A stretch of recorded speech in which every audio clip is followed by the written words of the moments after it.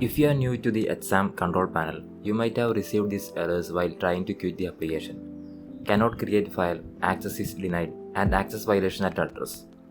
The cause of this error is the incorrect file permission of xampp-control.ini file.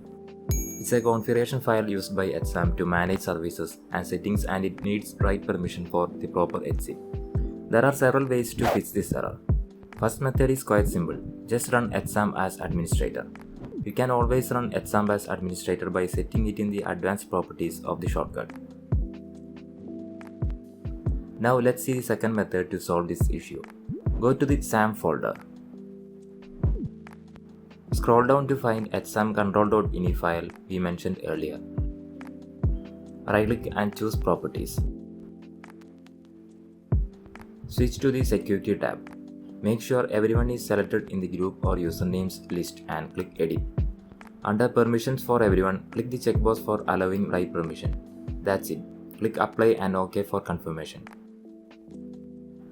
Let's open XAMPP to see if the error is really gone.